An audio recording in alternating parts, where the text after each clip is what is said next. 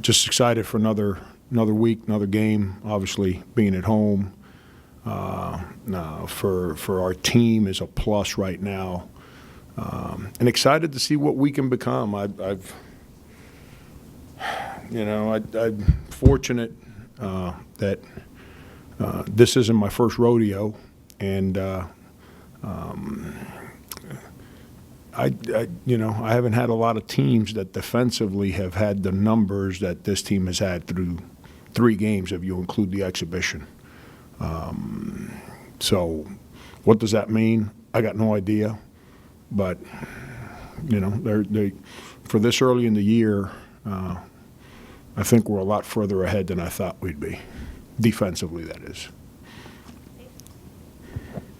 Frank, just looking at this next game, just what have you seen from Cleveland State on film? I think they had a game last night, but what have they seen that could potentially give you guys some problems? A lot like North Alabama. They try to spread you out and drive you. They play off the bounce from all 5 spots. Their center is a long, athletic guy that plays from the elbows and the top of the key, and he plays off the, he tries to drive you from up in those places. So it's think about North Alabama, and it's more kind of that thought process than what we had against Wyoming. So defensively, it's good for us to have different styles in 2 different games because it makes you learn, makes you adapt. You can't. My biggest fear with young guys is that they do things the same way too many times, then they get a little too comfortable, and then when change comes, they kind of freak out a little bit. So, but they're in transition, and I don't mean running up and down the court. I mean, there was a coaching change there in the middle of summer. A lot of the returning players left. They got a lot of first-year guys. I'm struggling with names right now. Number 24, who's supposed to be their best player, hurt his knee before an exhibition game. He's back in the lineup after not playing in the first 2 games. And so it's they're trying to piece it together. And he's doing it with 3 or 4 returning guys and 5 or 6 brand new guys. And Dennis is. He's taken on a heck of a challenge there, and like last night, we all look at the final score and we think that they're not any good. No one ever, because we as coaches don't actually share a lot of the stuff that we go through to get to the game, but their flight got canceled, so they had to get on a bus from Cleveland to Missouri State in the weather that just hit the Midwest. And it's hard to take that bus trip, get off a bus, sleep, wake up, go play a game. It's not as easy as it sounds, and that's what they went through. And then they had to bus home after the game. So it's those are some of the things that happens when people just look at the box score and pass judgments as to who's good and who's not good. Most of the times, folks are not aware of some of the challenges that we deal with to make the game happen, and that's what they were faced with last night. But they played the second half. They battled. They got some athletes. They're aggressive. Dennis was, as a player, Dennis Gates, I'm talking about, their head coach. As a player, he was the rock of a very good Whitney Young team in Chicago in high school. Like, they were like a bunch of high major players, he being one of them, and he's the guy, without saying a word, that was their rock. And that's the way he is, and that's why he's got a head coaching opportunity. That's what he brought to Florida State, and what you can argue the winningest years in Florida State, in his time there. So I'm expecting them to play the best game they've played all year, based on the way they played the second half yesterday. There have been a couple of upsets already in the league and across the country. A lot of teams go through that early in the year. What makes some of these early non-conference games against teams that are maybe a little bit lesser, what makes them so much of a challenge for schools? What are the biggest challenges in playing those games? Freshmen. you're going into the season at the high major level with freshmen and you're playing the mid-major schools with juniors and seniors, you're probably not going to have a lot of fun nights. And I don't want to speak about other teams because we all got our challenges, but I'm more than happy to speak about ours. And that's why last year when we lost Justin Minaya when we did, such a problem for our team. Because not only were we undermanned on the guard spot, pretty much left Hassani and a bunch of first-year guys playing guard for us. And I say this all the time. I say this jokingly. Yeah, fans love freshmen. Coaches love seniors. It's just simple as that. It's freshmen bring in that gleam of hope that's reported as to what great players they are, which is awesome. We recruit them, so we actually agree with people that they're going to be really good players. But they have no clue. And I'll hit rewind real quick and remind you guys, I'd spent 5 years at Kansas State as a head coach. The worst year we had from a one-loss standpoint was the year I had Michael Beasley and Bill Walker, 2 first-round picks. Bill ended up being like early second round, but he's a first-round pick, hurt his knee the last workout, so they didn't draft him because of the knee injury in the first round. I got 2 first-round picks, and it was the worst record we had at Kansas State. Why? Because we had 9 freshmen. It's 8 freshmen and a JUCO transfer. You saw it with us last year. I'm happy that after 1 week, we're not one of those teams where I got to sit here and answer why we got beat by a lesser-known team, for lack of better words. But it's hard, man. It's hard. Freshmen don't understand the emotional roller coaster the season brings. They just don't. I don't care how you cut the cake. And it's easy to say, well, we got more talent. Well, the game's not just about talent. The game is about mental preparation. It's about being able to control your emotions. It's about understanding how to do things in structure. And it's not just about showing up and hooping. That's what the old Rucker Park was about. Great players, but it wasn't about team structure. It was about one-on-one talent. And so it's hard. When you depend on young kids, it's hard. And I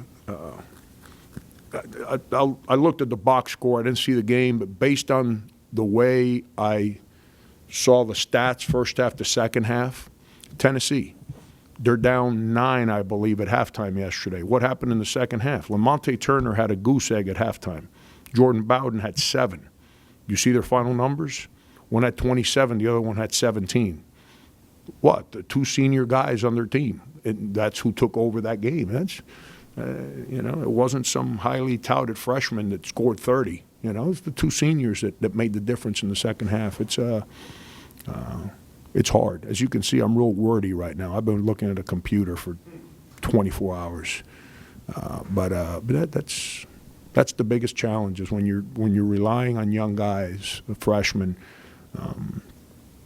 They mean well, like our freshmen. They mean well. Like they're going to be great players for us. They have great spirit. But if I had to play those guys 40 minutes, I'd be answering why we couldn't beat certain teams. It's just part of the deal. John took my question, so I'll have to. That's all right. I'll have You to could pivot. ask it again. I'll give you another 30-minute answer. I'll have to pivot here. I think you covered all grounds. Let's go with this one. Obviously, your NLIs aren't in yet, so you can't talk specifically about these guys. But in a general sense, how do you feel the roster management you have, obviously, where with your young guys that are post players that are coming up through the program, how do you feel like that position has been kind of restocked in after guys like Kotsar and Silva are leaving? Yeah, I'm really happy with it. I say it all the time. The hardest decisions we make as head coaches is who we offer the scholarships to. In the day and age that we live in, where it's a rat race to see who offered. You offer the wrong guy, he don't take it, it kills you with 6 other recruits. So when you offer and who you offer is very, very important. And, it's awesome. You read all this, they offered, he's got 37 offers. That's awesome. But if you're one of those 37 schools, what you're probably having to do, manage that other guy that you're recruiting while you didn't offer him. And chances are that you're not getting, if you don't get the guy that you were in such a rush to offer as a sophomore, you're probably not getting that other sophomore who's your plan B guy. So it's who we offer and when we offer continues to be the most difficult decisions that head coaches have to make. It's not what we run out of a timeout. Because they got to fit. They got to fit not just for next year, but they got to fit long term to sustain winning so we're not sitting here depending on freshmen year after year after year after year. I think our roster's in a place right now where it's got stability. I've been able to have stability on our roster twice in my years here. And that was the roster going from the 17-win third year into the 25-win fourth year.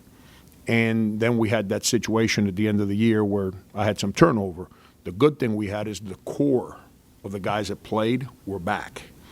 And that allowed us to have some roster stability for the year we went to the Final Four.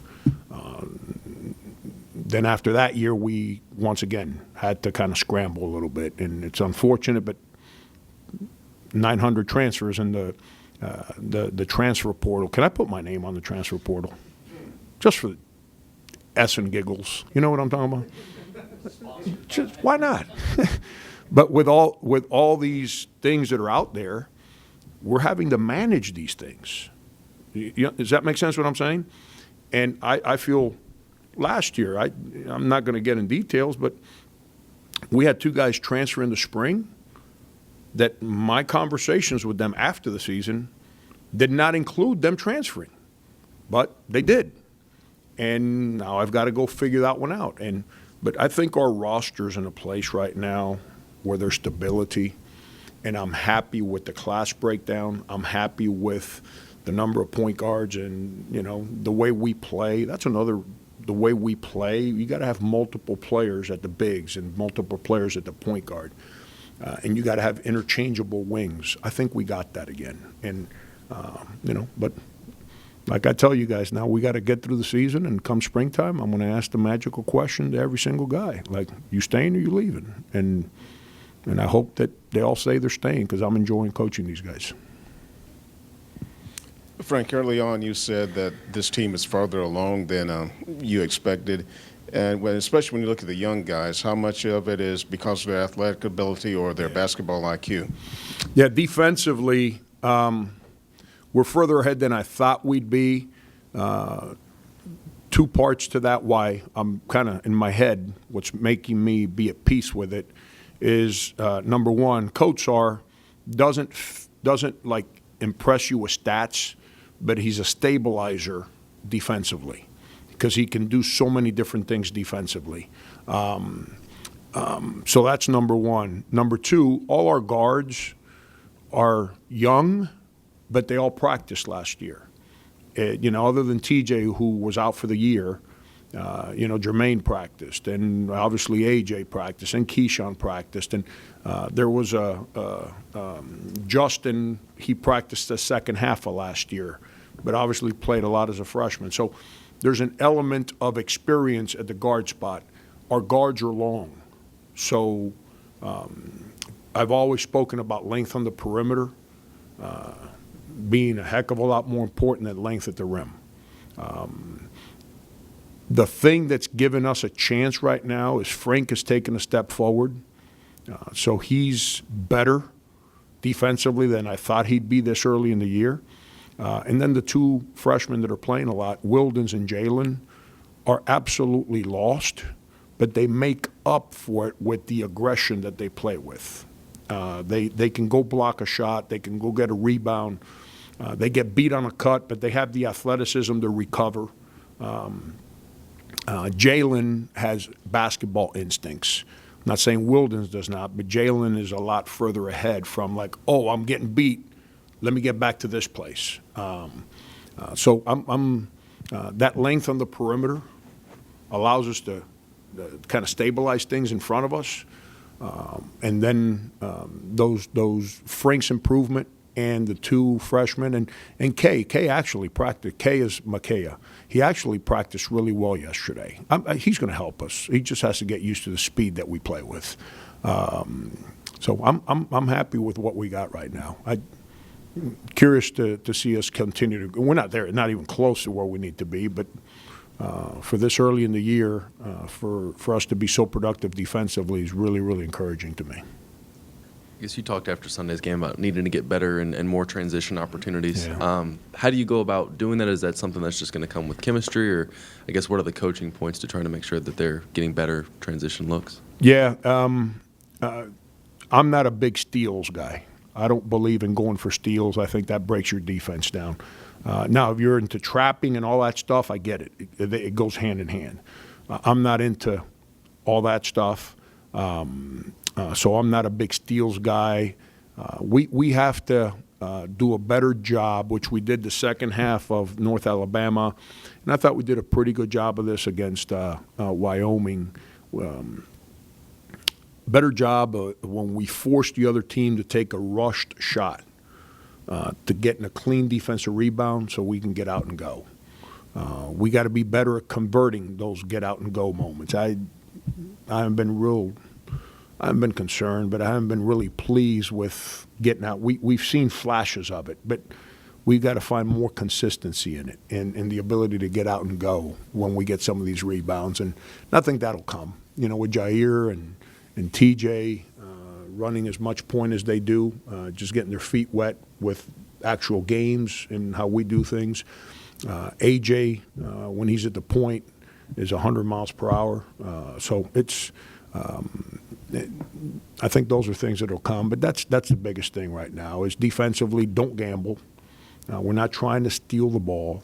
We're trying to disrupt your concepts and force you into contested, rushed shots. If we can do that, then we have to rebound the ball cleanly so we can get out and run. You spoke of Kotsar. During the preseason, he was telling us how he really worked on his mental health during the offseason, saw sports psychologists, was open with you guys. Have you seen a positive impact on the court from all those things he went through? Yeah, I just talked to him yesterday. I'm the one that's going to go see a sports psychologist right now.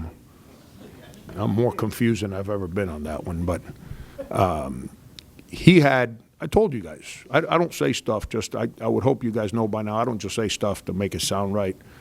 When I say things is that I'm comfortable sharing it with you and not because it's not taken away from kids' privacies, and it's because it's what I see and it's what I believe in. He had an incredible preseason, like blew me away. Blocking, you guys been watching him play for 3 years. How many dunks have you seen that guy have in 3 years? He was dunking 2-3 balls per day in practice. I never seen him dunk a ball. He was blocking shots over the rim. I was like, holy cow, what's gotten into this guy? And when you add that to the stability that he provides for us defensively, he was performing at a high clip. Well, the weekend before the North Alabama game, he got a head cold. And he just, I don't know. I've never seen somebody impacted by a head cold like him. And I'm not saying that being sarcastic, and it impacted him. So I just spoke with him yesterday, like, Mike, what are we doing here? And he said, I don't know why this cold bothered me as much as it. It's just who he is. That's why I like it when he gets off to good starts. Usually means he's going to finish the game the right way. When I see him miss a free throw or just miss a dink or something like that early in the game, after 3 years in my mind, I'm like, all right, I got to get him another shot right away because I don't need him to just kind of go AWOL on me. Good things happening to him are very important for his psyche. So he practiced pretty good yesterday. We need for this team to be as good as it can be. We need Mike to be the guy we had the first 5 weeks of practice. And but by the time the season's over, I need to get that number from Mike and go spend some hours on a couch somewhere.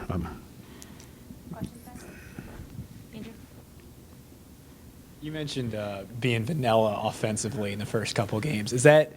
I assume that's typical for this time of year. And are there pieces with this roster that you can do things as they learn each other and as you learn them, that you can do things with this team down the road that you couldn't with past?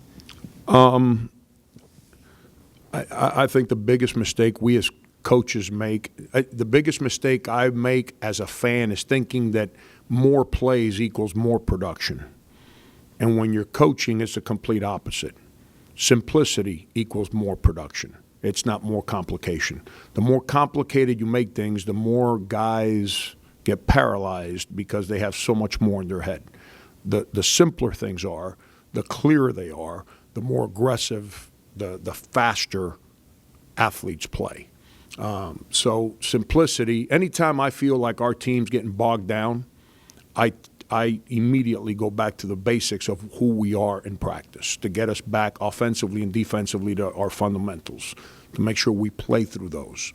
When you have an experienced team, what ends up happening is you start playing a game, and Team A starts defending some of the things you're doing a certain way, so you just run counters. So instead of running this play and on ball reversal to the right, you come off this way, you tell them run the same play, just run it to the left.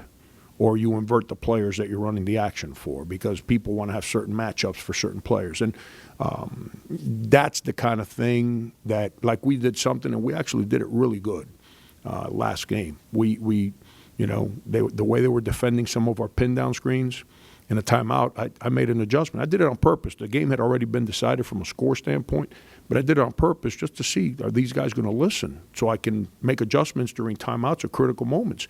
They executed it to the T, and everything. The execution was fast. It was crisp. We made the adjustment I talked about, and we did it. We didn't score, but we did it. And I think simplicity is what wins. Complication, when you complicate things, the only people that suffer is not the opponent, is your own team, because then guys get paralyzed and guys don't execute with the ferocity that you need them to execute with. And you hear I don't care what sport, what coach, you always hear, I want our guys to play fast. Well, the only way you do things fast in life is if you're at peace with what you're doing. When there's confusion, you kind of take a step back and you try to gather your thoughts. Anytime you do that, you're not going to play as fast. And so simplicity is very important to me, especially this early in the year. Frank, looking at Jermaine, because it had been so long since he actually played in a game, were you worried about nerves with him, about playing too fast the first time he got out on the court? And how do you think he's handled it so far? Yeah, he's on the contrary. I'm kind of mad at him because he's been too laid back. He just there's some guys that are just cut a certain way, just who they are, and that's his stage. And he's comfortable being on that stage. He's comfortable being in that moment. It's some guys get worried about, oh my God, if I missed a shot. He don't care. He's one of them guys that just he's got a feel to play basketball. He's got a mind to play basketball.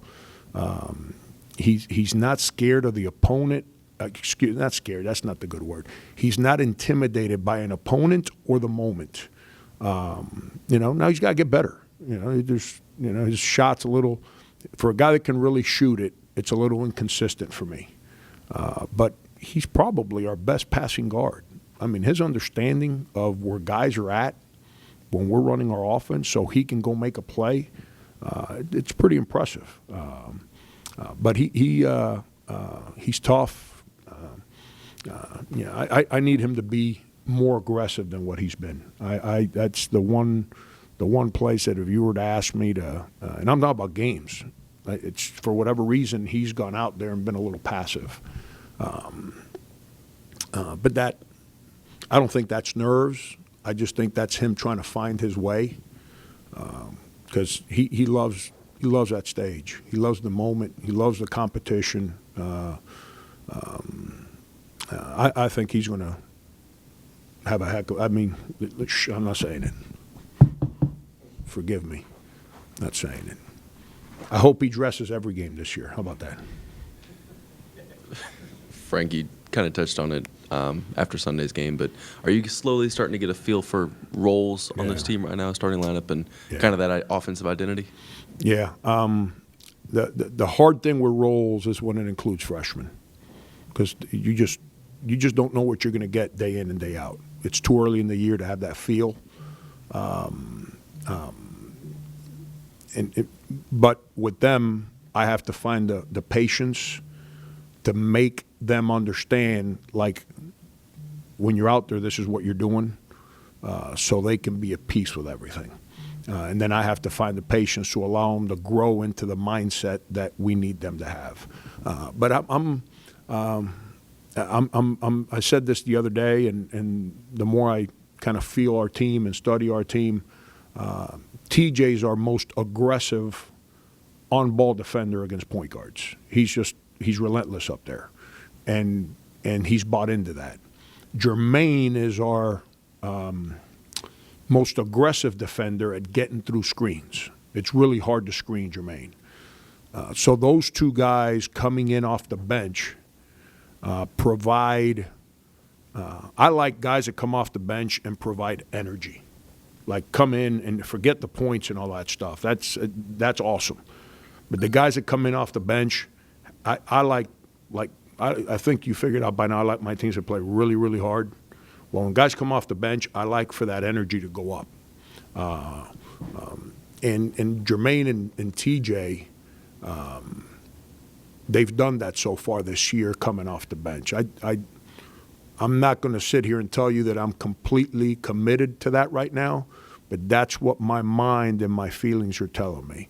I've got an interesting dynamic that I'm going to have to figure out, 3-4 weeks from now, and that's when we reintroduce Keyshawn to our team. I got to figure out how I'm going to manage that moment when it gets here. But that's my job. It's my job to make those decisions and handle that moment so the parts fit. But I'm kind of liking that dynamic right now and Jalen and Wildens and Micaiah, I've got to figure out a way. Micaiah yesterday scored in the low post a lot in practice. I've got to figure out a way to keep things in a place where we can take advantage of his low post scoring to benefit our team right now, because he provides that. Those other guys are not great low post scorers. Alonzo's comfortable playing in there. He's still trying to learn how to score over bigger players. McKay's comfortable in their scoring. I've got to help him with some other things, and that's my job. I've got to help him. But I'm kind of liking the vibe that we're getting right now with how we're trying to play. I'll share with you something I've told the team. We've got a group of guys that I don't know if we've got a 35-minute-a-game guy on our team, but we've got a bunch of guys that if we can figure out a way to manage it, where we got a bunch of guys playing between 15, 16, and 26, 27 minutes, I think our team can be really, really, really good. What kind of interaction have you had with President Caslen and with his military background and what he might demand from his background with the coaches, the programs that he now runs? What kind of feeling is there in the athletic department about his expectations and what he expects, what he wants from his athletic programs? I've spent 2 15-minute segments with him. We've got mutual friends. When he was in charge of Fort Leavenworth, the general in charge of Fort Riley, who I still have a relationship with, has unbelievable amount of respect for President Caslen. Any man that can lead men into the place he led men into, men and women, excuse me, and the whole thought process was be a team. No, don't hold anything back. Because if you're not a team, you don't lose a game, you lose a life. And then at the end of the day, no man or woman left behind. any person that's what they've done in their life, I have the ultimate respect for as a leader. When you take into consideration that he was the president at West Point, which you can argue is the highest academic place in the country, it's got to be pretty impressive that he understands how to be an ex-athlete who's a general, who's about generals don't. I don't want to speak for him, and I don't want to speak for military generals. Generals listen to the opinions of their lieutenant colonels and their whatever, and then they stand up and they make decisions. I think he's willing to do those things. Here's the other thing. You don't get to where he got to in life by cheating or taking shortcuts. So the one thing that's obvious that he has articulated to us as coaches, don't cheat. Don't cheat. So, you know, I don't need anyone to tell me that. I live my life a certain way, and I don't this business kind of puts you in a place sometimes that kind of makes you think about, well, should I? But then I kind of go to bed and I wake up the next day, I'm like, heck no. Not sacrificing who my family is for no freaking kid to get a win. I'm not doing that. But I've got a lot of respect for his walk of life and what he's about. I'm excited about building a bigger relationship with him. I think he's the right person at the right time for what we need around here, my opinion. Frank, you mentioned Key. What's the timetable for when he can get off the crutches or cast or whatever and actually start doing some work? Yeah, he's off the crutches already. He was doing some body weight squats yesterday. That's why the time frame with Alonzo Frink last year was 6 weeks, and I think he got on the court right around that 6-week timetable. That's the conservative timeline, but everyone's different. And Key's one of those guys that he'll roll his ankle, and you're like, oh Lord, he just doesn't stop. You know, Beasley was that way. Beasley used to turn his ankle because he refused to tape his ankles. He didn't like it. And my deal was real simple. If you're not taped, that ankle rolls, you're going to keep practicing. So he'd roll his ankle. He would never miss. It's just ridiculous the way he'd keep practicing. Key's kind of that way, where Rolf Felder, you know, I told you guys that. He had a surgery, had a pin put in his foot. Everyone else misses 8 weeks. He was back in little less than 6. Everyone's a little different. I'm still not in a place to tell you how close we are, but I know he's doing stuff already. And he's walking around like you see him walking, you'd have no idea that he had knee surgery, whatever it was, a week, 7, 8 days ago. No, that's 10 days ago, a little more. Yeah. Thanks, guys.